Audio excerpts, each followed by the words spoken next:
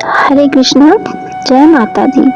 आप सभी दोस्तों का अपने इस पावन और भक्तिमय यूट्यूब चैनल पर हार्दिक स्वागत है। आज माघ गुप्त नवरात्रि का अंतिम दिन और अत्यंत पुण्यमय दिन है। आज माघ शुक्ल पक्ष की दशमी तिथि है और आज के ही दिन 10 महाविद्याओं की साधना पूर्ण मानी जाती है। गुप्त नवरात्रि के इस 10वें दिन महाविद्या माँ कमला देवी की पूजा के साथ समस्त व्रतों और साधनाओं का विधिवत समापन किया जाता है।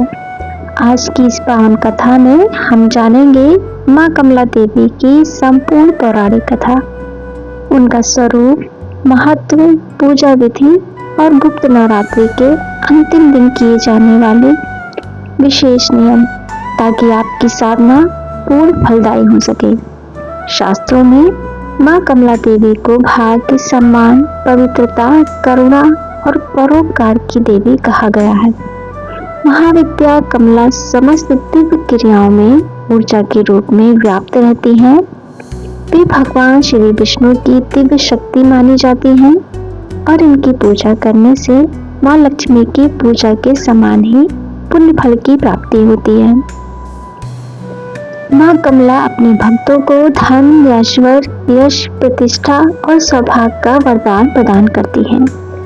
विशेष रूप से गर्भवती महिलाओं के लिए महाविद्या कमला की पूजा अत्यंत कल्याणकारी मानी गई है, क्योंकि माँ कमला गर्भस्थ शिशु की रक्षा करती हैं, उसका पोषण करती हैं और माता को मानसिक व शारीरिक बल प्रदान करती हैं। महाविद्या कमला का स्वरूप अत्यंत सौम्य, शांत और मन को प्रसन्न करने वाला होता है। वे कमल पुष्प पर विराजमान रहती हैं। उनके हाथों में वरद और अभय मुद्रा होती है और उनका तेज भक्त के मन से भय, दरिद्रता और अशांति को दूर कर देता है। गुप्त नवरात्रि में यदि कोई साधक सच्चे मन से माँ कमला देवी की आराधना करता है तो उसके जीवन में धन, समृद्धि और स्थिरता अवश्य आती है। संतान सुख, गर्भधारण, बच्चों के अच्छे विकास और परिवार की उन्नति के लिए भी माँ कमला की पूजा विशेष फलदायी मानी गई है। माँ कमला देवी की पूजा के लिए प्रातः काल स्नान आदि से निवृत्त होकर एक पवित्र स्थान पर लकड़ी की चौकी स्थापित करें।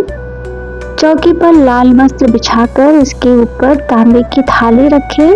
थाली में कमल या गुलाब का पुष्प रखें और उसी पुष्प के मध्य सिद्ध एवं प्राग प्रतिष्ठित कमला यंत्र की स्थापना करें। कमला यंत्र के दाईं ओर भगवान शिव तथा अपने गुरु का चित्र या स्मरण रखें। इसके पश्चात शुद्ध घी का दीपक प्रज्वलित करें और विधि पूर्वक यंत्र का पूजन करें। महाविद्या कमला की पूजा का मुख्य मंत्र है ओम श्रीं ह्रीं क्लीं ऐं कमले कमलालये प्रसीद प्रसीद। ओम श्रीं ह्रीं क्लीं ऐं नमः या ओम श्रीं ह्रीं क्लीं ऐं कमल वासिने नमः मंत्र का जाप करें।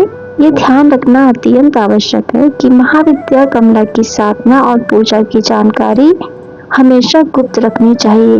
यदि साधना का प्रचार या दिखावा किया जाए तो साधना का फल क्षीण हो जाता है। पूजा के पश्चात स्वयं द्वारा हवन करना अत्यंत शुभ माना गया है। हवन के लिए कमल गट्टा, लाल पुष्प, शुद्ध घी और हवन सामग्री का उपयोग करें। हवन करते समय आहुति देते हुए पुनः एक बार 10 महाविद्याओं का स्मरण करें और साथ ही नौ दुर्गा के 9 स्वरूपों का ध्यान करते हुए उनके मंत्रों का जाप करें। गुप्त नवरात्रि में कन्या पूजन भी गुप्त रूप से ही किया जाता है।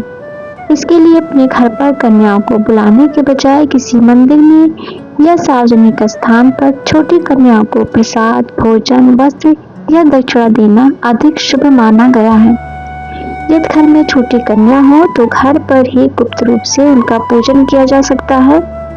ये विशेष ध्यान रखें कि यदि आपके व्रत या कन्या पूजन की जानकारी सार्वजनिक हो जाती है तो गुप्त नवरात्रि का पूर्ण फल प्राप्त नहीं होता है। इसीलिए जितना संभव हो साधना, दान और पूजा को गुप्त ही रखें।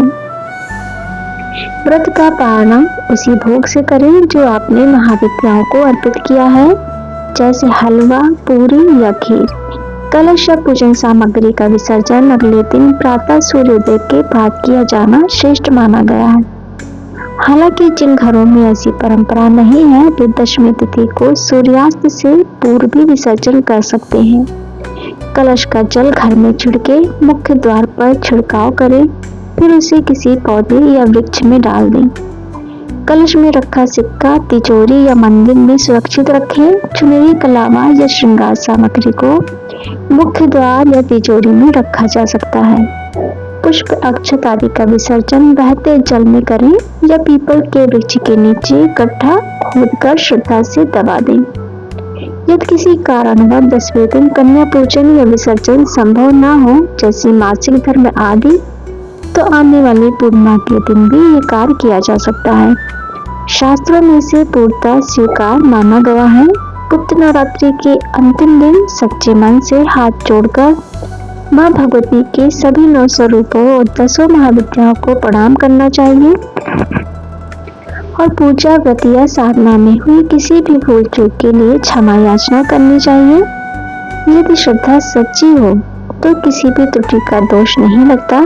इन 10 दिनों में यदि कोई विशेष भोग या उपाय छूट गया हो तो दशमी तिथि को विसर्जन से पूर्व वह भोग माँ को अर्पित किया जा सकता है।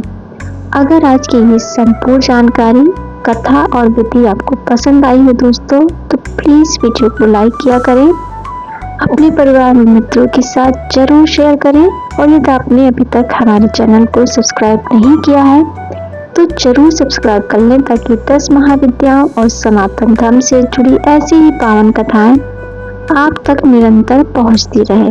माता रानी आप सभी के व्रत स्वीकार करें, आपकी समस्त मनोकामनाएं पूर्ण करें, आपके घर परिवार में सुख शांति समृद्धि और आरोग्य बनाए रखें। जय महाविद्या कमला, जय माता दी। तो फिर मिलते हैं अगले वीडियो में, तब तक के लिए जय श्री कृष्णा दोस्तों।